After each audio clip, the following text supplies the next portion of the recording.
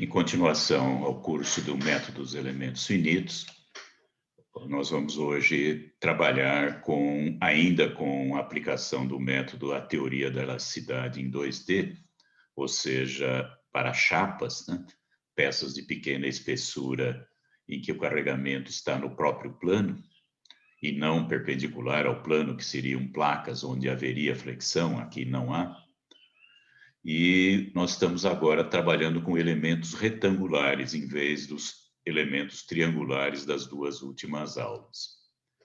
O pioneiro nesse campo foi o professor Johann Argyris, ou Argyris, dependendo da língua de quem falar, né? O Argyris ou Argyris era grego, nascido em 1913, trabalhou na Inglaterra durante a guerra, né, no projeto de aeronaves, e, ironicamente, ele, no resto da vida dele, trabalhou na Alemanha, onde ele faleceu em 2004. O exemplo que vai ser desenvolvido, o exemplo numérico, é uma chapa retangular de comprimento de 8 centímetros, altura de 2 centímetros. O material fictício tem um modo de elasticidade 1 milhão de newtons por centímetro quadrado, um coeficiente de Poisson 0,3, e o carregamento é uma força vertical aplicada aqui na extremidade da chapa de 1000 newtons. Nós vamos discretizar com elementos retangulares, ou mais exatamente quadrados, de meio centímetro por meio centímetro. 64 elementos. Para isso, a gente vai ter que usar no nosso programa, em MATLAB e em Scilab, de uma geração automática, né, da malha, que com essa quantidade de elementos, a probabilidade de erro fazendo isso manualmente seria muito grande. Então, o nosso elemento retangular é esse que está aqui, né? Tem quatro nós. Começando aqui no nó de cima, temos os deslocamentos Q1, Q2, Q3, Q4, 5, 6, 7, 8. Então, são 8 deslocamentos nodais reunidos num vetor Q minúsculo. E nós vamos interpolar os deslocamentos aqui no interior do elemento. Nós sabemos que tem 2 deslocamentos, né? U na direção de X e V na direção de Y, que são funções contínuas. Mas, em vez de usar funções contínuas, nós vamos interpolar através de funções de forma, né, mais simples, multiplicadas pelos deslocamentos nodais. Então, em vez de infinitos graus de liberdade, a gente vai ter 8 nesse elemento. As matrizes estão reunidas nessa matriz N aqui, desculpe, as funções, né, de forma estão reunidas nessa matriz N, onde nós temos 2 linhas referentes aos deslocamentos horizontal U e vertical V, e 8 colunas referentes aos 8 deslocamentos nodais. Essas funções são quadráticas, né? Por quê? Porque no método de elementos finitos, a gente tem que ter as funções valendo 1 num nó e 0 nos outros. Não dá para passar um plano por 4 pontos, né? A gente só passa um plano por 3 pontos. Então, para ter uma função, uma superfície que vale 1 num ponto e 0 nos outros 3, nós precisamos usar funções quadráticas, que são essas que estão aqui mostradas. Vamos, então, relembrar a teoria da elasticidade em 2D, alguns elementos mais simples. Primeiramente, vamos falar no tensor de deformações infinitesimais de Cauchy, devido ao grande Augustin-Louis Cauchy, né, matemático francês do século XIX. A ideia básica é essa: nós pegamos um ponto no interior aí da nossa chapa e 2 pontos, o ponto A a uma distância dx na direção do eixo x e um ponto B a uma distância dy na direção de y. essas linhas originalmente ortogonais. O deslocamento do ponto P, devido aí aos esforços, é U na direção de X e V na direção de Y. O ponto A, que é um pouquinho distante de P, vai ter um deslocamento U mais del U del X dx na direção do X e V mais del V del X na direção de Y. Da mesma forma, o ponto B não tem o deslocamento U do ponto P, ele tem um deslocamento U mais del U del Y dy. E também o deslocamento dele na vertical não é V, né? É V mais del Y del V del Y dy. E a definição, então, de deformação é a diferença de comprimento dividido pelo comprimento original. Então, nós pegamos o comprimento aqui de P' a linha e dividimos por dx. Da mesma forma, e com isso a gente obtém a deformação εx.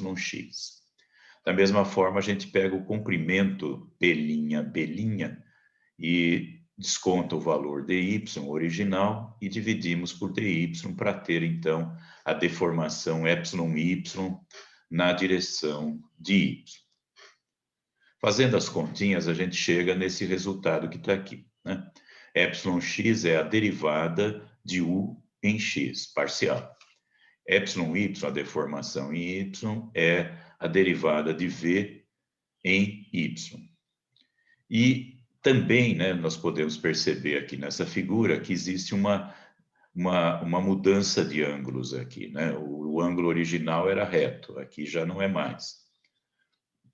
Essa variação de ângulo é chamada gama xy e é a soma da derivada de u em y e a derivada de v em x. Isso aqui pode ser colocada numa forma matricial, fazendo um vetor dos deslocamentos, que tem as duas funções u e v, multiplicado aqui por uma matriz, um operador diferencial, onde estão os sinais das derivadas. Então, por exemplo, né, o εx é del x de u, né, que é o que está escrito aqui. O εy é del v del y, que é o que está escrito aqui, né? E o gama xy, né, é del u del y mais del v del x. Então, vocês estão vendo que essa matriz aplicada ao vetor dos deslocamentos nos fornece as três componentes de deformação no plano xy. São, como vocês percebem, números puros, né? Isso aí não tem unidades. Agora a gente vai transformar as deformações em tensões, usando a lei de Hooke, né? O grande Robert Hooke, contemporâneo do Newton, ele, como vocês sabem, era inimigo do Newton, né? O Newton, quando substituiu ele como presidente da Royal Society, mandou queimar todos os quadros do Robert Hooke que existiam, né? Esse quadro não sei se é verdadeiro, né? Ninguém sabe. Mas o Robert Hooke, em 1676, propôs aqui um anagrama que depois ele explicou em 78, em latim, que era a língua científica da época, ut tensio sic vis, que quer dizer que a extensão é proporcional à força. Que é o que está escrito aqui, né? A tensão, né, sigma, que é força dividido por área, é igual ao módulo de elasticidade do material vezes a deformação epsilon. Isso aqui pondo num gráfico, é uma reta, né? Porque o E é uma constante física. A área embaixo dessa reta, esse triângulo aqui, tem unidades de energia por unidade de volume, né? É o meio de sigma vezes epsilon, a área do triângulo, ou o meio de E vezes epsilon ao quadrado. Para ter a energia de deformação da chapa inteira, tem que integrar para o volume da chapa, né? Então fica E sobre 2 epsilon quadrado dV.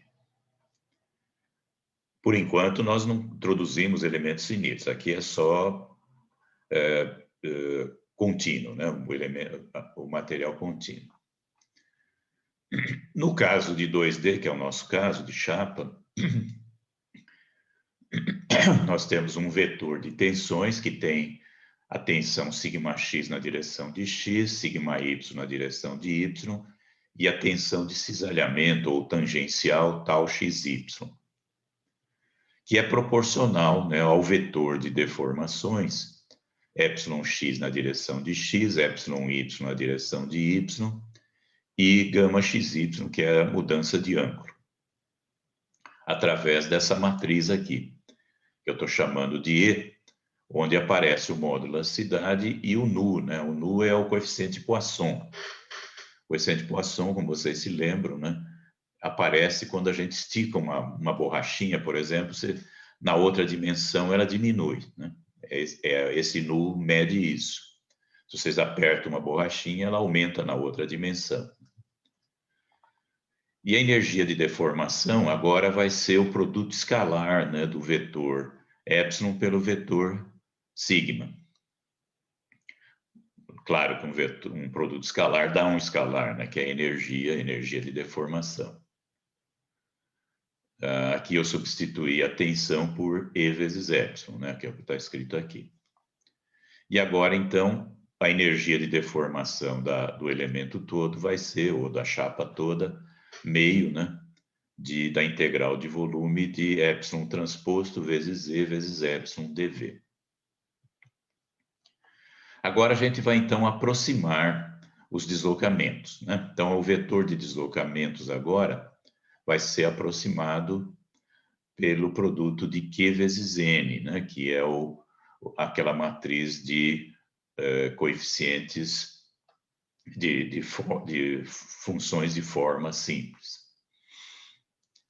Multiplicado pela matriz dos operadores diferenciais, nós temos uma aproximação para o nosso epsilon, né, para o vetor das deformações. Esse produto L vezes N, então, vamos escrever como sendo essa matriz B. A tensão seria a mesma coisa, né? Seria o produto daquela matriz E pelos épsilons aproximados. E como nós estamos colocando o epsilon em função dos deslocamentos nodais do elemento, ficaria E vezes B vezes Q. Colocando essas coisas agora na integral que dá a energia de deformação aqui do nosso elemento, vai ficar, então, meio do vetor dos deslocamentos nodais Qzinho transposto vezes essa matriz aqui, essa parênteses, e vezes Q. Antes de continuar, eu peço que vocês vejam que aqui existe, na verdade, um Q quadrado, né? E quando a gente for derivar lá mais na frente essa expressão, o 2 do Q quadrado vai para frente, cancela com meio e some um dos Qs, né? Vai ficar só o Q que está aqui. Por que a gente deriva? Deriva porque nós temos que aplicar um conceito físico de mínimo de energia mecânica para determinar os valores reais, aí, né, os valores dos deslocamentos. Esse princípio foi proposto por Lagrange, né, no seu livro de mecânica analítica. O Lagrange nasceu em Turim, na Itália, Giuseppe Luigi de Lagrange, mas viveu na França, foi um dos grandes heróis da ciência francesa. E então ele propôs essa equação aqui, que é um princípio de mínimo de energia, né? Nós temos a derivada no tempo da derivada parcial do lagrangiano nas velocidades, esse pontinho em cima aqui na notação de Newton é velocidade, mais a derivada do lagrangiano nos deslocamentos igual às forças externas não conservativas, né? O lagrangiano é a energia cinética menos a energia potencial total, que por sua vez é a energia de deformação menos o trabalho das forças externas conservativas. No nosso caso, como estamos trabalhando na estática, podemos desprezar a energia cinética e vai sobrar só esse pedaço aqui, né? A derivada da energia potencial total nos deslocamentos. E como nós temos só a energia de deformação, vamos derivar a energia da deformação nos deslocamentos e vai ficar isso que está aqui, né? Esse parênteses, que é uma matriz, 8 por 8 no caso desse elemento retangular, vezes o vetor de deslocamentos igual às forças, né, aplicadas nos nós que nós estamos reunindo aqui num vetor Q maiúsculo. Essa matriz se chama matriz de rigidez do elemento de chapa retangular e a expressão dele está aqui embaixo, né? É essa integral que está aqui. Nesse caso, o B não é constante, né? Porque as nossas funções de forma são quadráticas. Então, na hora que a gente deriva, a gente tem funções lineares ainda, né? Então, não dá para tirar para fora da integral. Tem que primeiro calcular isso para depois integrar. Então, está aqui, né, a nossa matriz de rigidez do elemento de chapa retangular.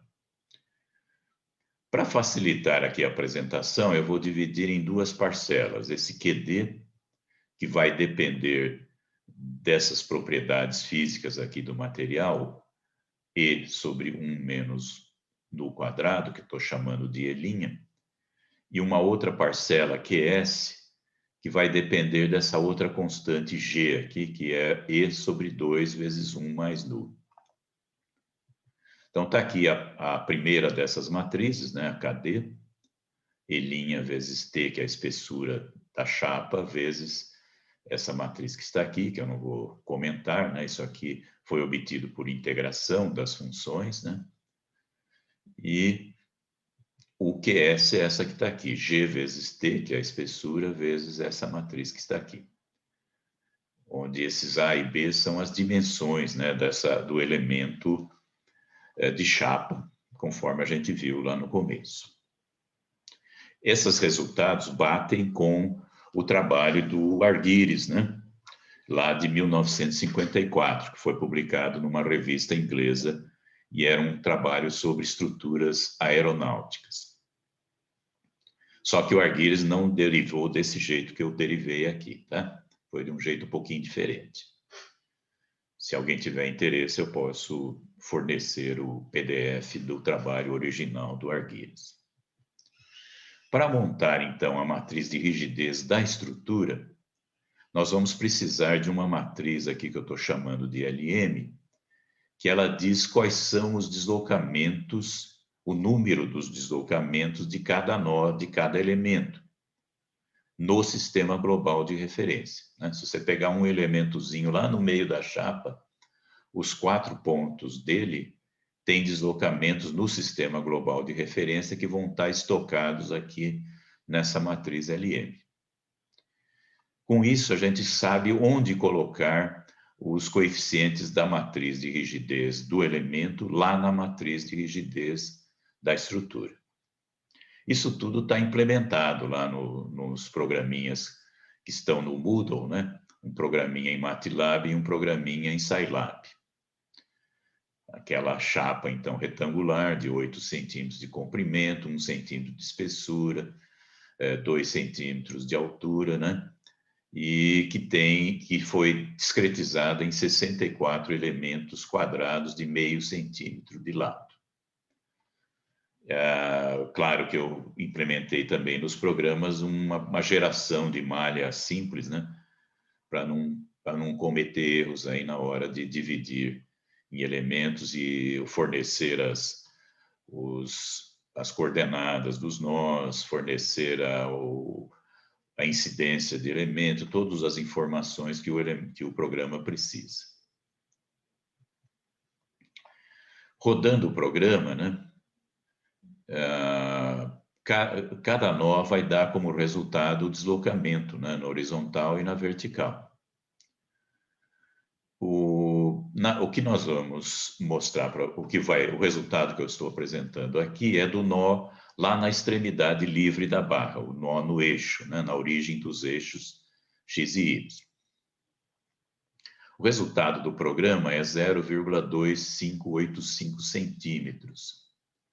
O resultado lá da resistência dos materiais, né, da mecânica dos sólidos, que está escrito aqui, é 0,256 centímetros. Está muito bom, né? Está muito próximo do resultado de elementos finitos. Aqui é a força V vertical vezes L ao cubo sobre 3EI, onde I é o módulo de elasticidade da seção retangular, né? 1 por 2 centímetros ao cubo sobre 12, que dá 2/3 de centímetro a quarta, que está escrito cubo, mas é quarta. Só para justificar, de certa forma, a diferença, precisa lembrar que lá na resistência dos materiais não é levado em conta o efeito da rigidez ao cisalhamento, né? Aquela segunda matriz que depende de G, né? não é levada em conta lá no resultado da resistência dos materiais ou da mecânica dos sólidos deformáveis, né? Se vocês quiserem.